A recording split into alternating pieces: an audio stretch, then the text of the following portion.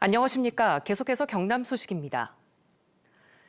창원시 원희대로에 설치 중인 간선 급행버스 체계 SBRT의 공정률이 83%를 보이는 가운데 창원시가 오늘부터 109 전면 포장공사에 들어갑니다.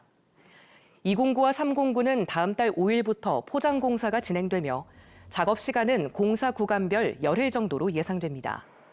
창원시는 BRT 도로 포장공사로 교통 혼잡이 예상된다며 시민 불편 최소화를 위해 노력하겠다고 밝혔습니다. 22대 총선을 앞두고 경남 지역구 16곳의 후보들과 공약을 살펴보는 열전 현장. 오늘은 경남의 정치 1번지 창원 성산입니다. 조미령 기자가 보도합니다. 야권 단일화 변수에 따라 보수와 진보 정당으로 표심 이동이 잦은 창원 성산.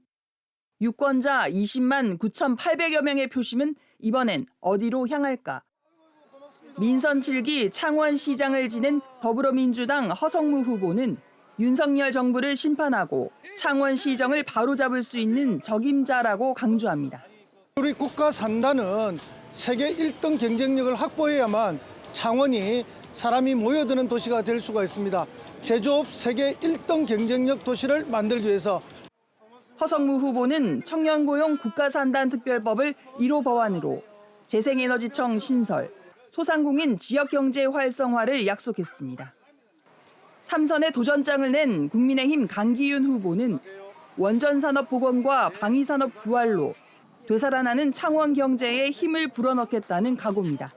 제2국가산업단지에 첨단 바이오 산업, 4차 산업을 유치해서 젊은이들이 머물 수 있는 그런 기업을 유치해서 창원 50년 미래 먹거리를 만드는 데 강기윤 후보는 신속한 재건축 재개발 추진과 제2국가산단 4차 바이오 메디컬 산업 유치, 창원의대 신설을 약속했습니다.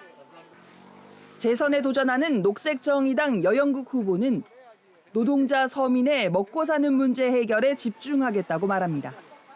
노동법 밖에 있는 국민들이 너무나 많이 늘어났습니다.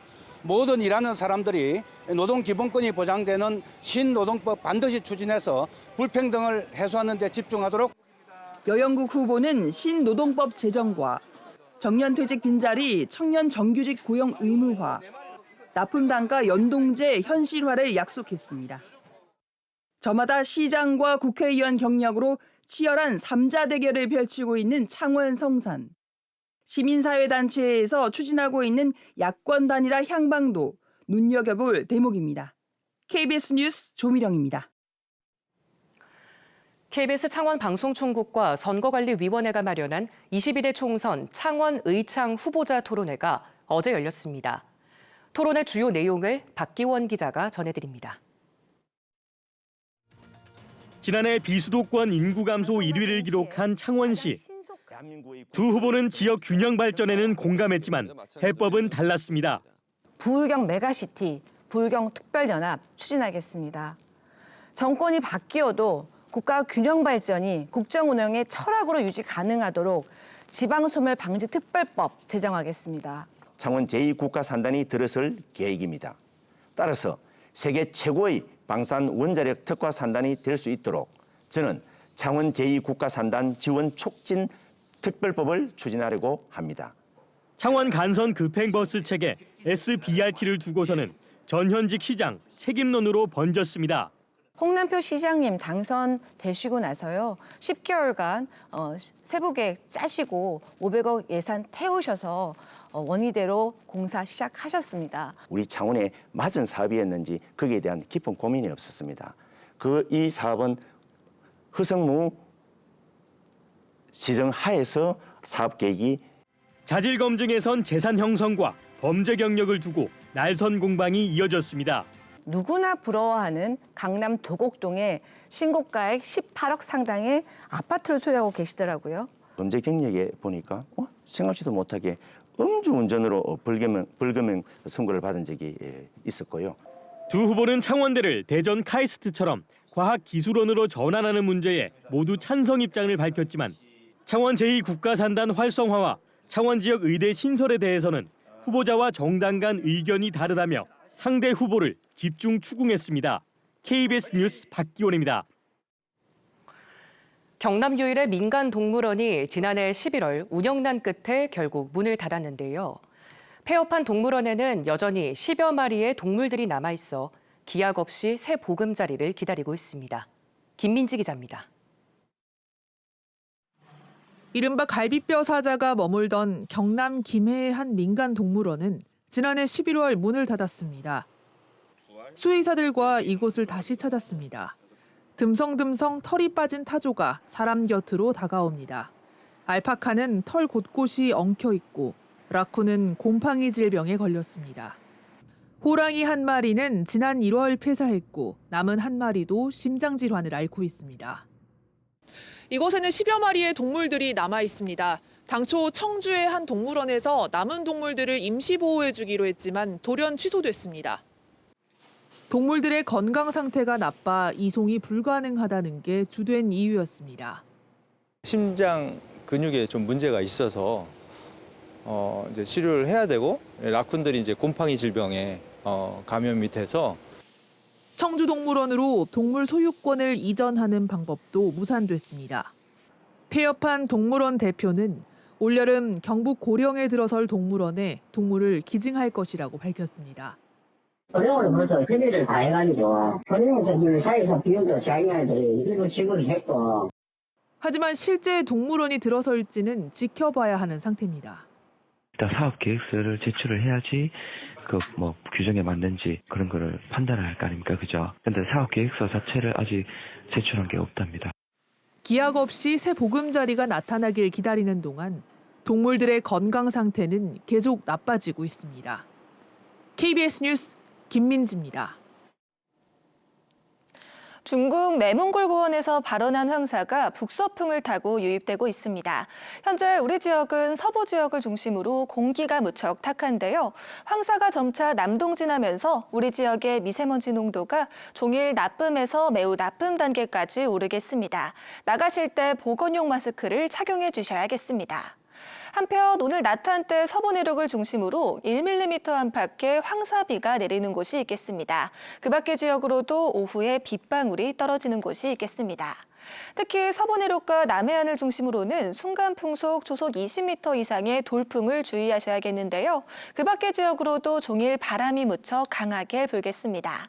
현재 기온 창원이 5도, 창녕이 4도를 보이고 있습니다. 한낮에는 창원이 18도, 의령이 20도로 어제보다 5에서 6도가량 높겠습니다. 서부 지역도 진주가 5도, 거창이 1도로 출발하는 아침이고요. 한낮에는 산청이 17도, 하동 19도 예상됩니다. 바다의 물결은 동해남부 먼바다에서 최고 4m로 거세게 일겠습니다. 주말 동안 대체로 맑은 하늘에 기온이 크게 올라 포근하겠는데요. 다만 내일도 우리 지역은 황사의 영향을 받겠습니다. 날씨였습니다. 지난 1월 경남의 인구는 사망자 수가 출생아 수를 웃돌면서 1,200여 명 자연 감소한 것으로 나타났습니다. 통계청 자료에 따르면 지난 1월 경남의 사망자 수는 2,300여 명으로 지난해 같은 기간보다 6.2% 줄었습니다. 같은 기간 경남에서 태어난 아기는 지난해 같은 기간보다 3.9% 줄었습니다. 한국전쟁 당시 사천 통영 지역 수십 명의 민간인이 경찰에 집단 학살됐다는 사실이 밝혀졌습니다. 진실 화해를 위한 과거사정리위원회는 최근 회의에서 국민보도연맹 예비검속 사건과 관련해 사천 25명과 통영 4명에 대한 진실규명을 결정했습니다. 진실화해위는 1950년 사천과 통영 지역 농민들을 경찰이 인근 야산에서 집단 살해했다며 희생자에 대한 사과 등을 국가에 권고했습니다. 경남교육청이 온라인 교육 플랫폼 아이톡톡이 학교 현장에 혼란을 더하고 있다는 전교조 경남지부의 성명에 대해 활용에 어려움이 없도록 지원하겠다고 설명했습니다. 아이톡톡 가입률을 사업 성과로 삼으려 한다는 지적에는 전자동의서를 한 번만 제출하면 해마다 서면 동의서를 내지 않아 편리하고 전자동의 방법도 간소화하겠다고 말했습니다. 경상남도가 대중교통이 취약한 농어촌 마을 주민들의 편의를 위해 브라보 택시 운영 지역을 923개 마을로 확대합니다. 브라보 택시는 교통 오지 주민들이 원하는 시간에 병원이나 시장에 갈 수 있는 맞춤형 택시 서비스로 이용객은 택시 한 대당 1,200원가량 요금으로 이용할 수 있습니다. 경상남도 선거관리위원회는 선거 구민에게 기부 행위를 한 혐의로 지방의원 재보궐선거 후보자 A씨의 지인 1명을 고발했습니다. A씨의 지인은 지난 20일 식사 모임을 개최해 선거구민 10여 명에게 16만 원 상당의 음식물을 제공한 혐의를 받고 있습니다. 다음 달 10일 경남에서는 창원과 밀양, 김해와 함안에서 지방의원 재보궐선거가 치러집니다. 경상남도 특별사법경찰이 건축 철거 현장 등에서 나온 폐기물 수십 톤을 빈 공장에 무단으로 쌓아둔 업체를 적발했습니다. 적발된 업체 대표는 정상적인 폐기물 처리 과정을 거치는 것처럼 공사 현장 관계자를 속이고 폐기물 처리 위탁을 받은 것으로 드러났습니다. 경상남도 특사경은 임차인이 폐기물을 쌓아놓고 도주한 경우 처리 책임이 농지 소유주나 건물주에게 부과될 수 있다며 주의를 당부했습니다. 3.15 의거 당시 초등학생들도 시위에 참여한 사실이 확인됐습니다. 진실 화해를 위한 과거사정리위원회는 당시 초등학생 3명을 비롯한 3.15 의거 시위 참여 확인 사건 대상자 21명에 대해 진실규명 결정을 내렸다고 밝혔습니다. 진실화해위원회는 당시 무학초등학교와 회원초등학교 학생까지 시위에 참여한 사실이 각종 문헌 자료와 부합해 이런 판단을 했다고 설명했습니다. 경상남도가 다음 달부터 장애인 전용 관광버스인 장애인 세상보기 버스 운영을 시작합니다. 장애인 세상보기 버스는 전동 휠체어 공간과 휠체어 리프트가 있는 버스로 등록장애인과 가족, 장애인 단체 회원 등이 이용할 수 있습니다. 경상남도는 버스기사 인건비와 버스 정비비 등 6년 동안 35억 원을 지원할 계획입니다. 뉴스를 마칩니다. 시청해주신 여러분 고맙습니다.